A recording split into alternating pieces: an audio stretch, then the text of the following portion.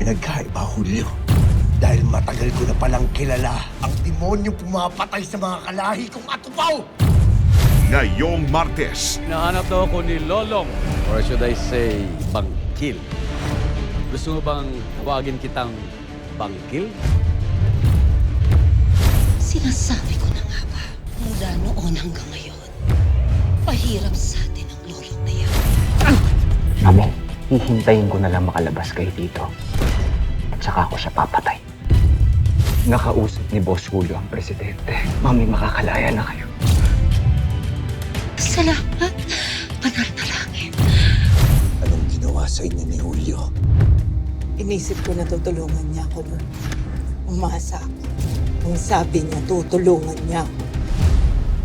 Kung alam ko lang na dadalhin niya ako sa impyernong to, sana hinayaan ko na nang mamatay ako.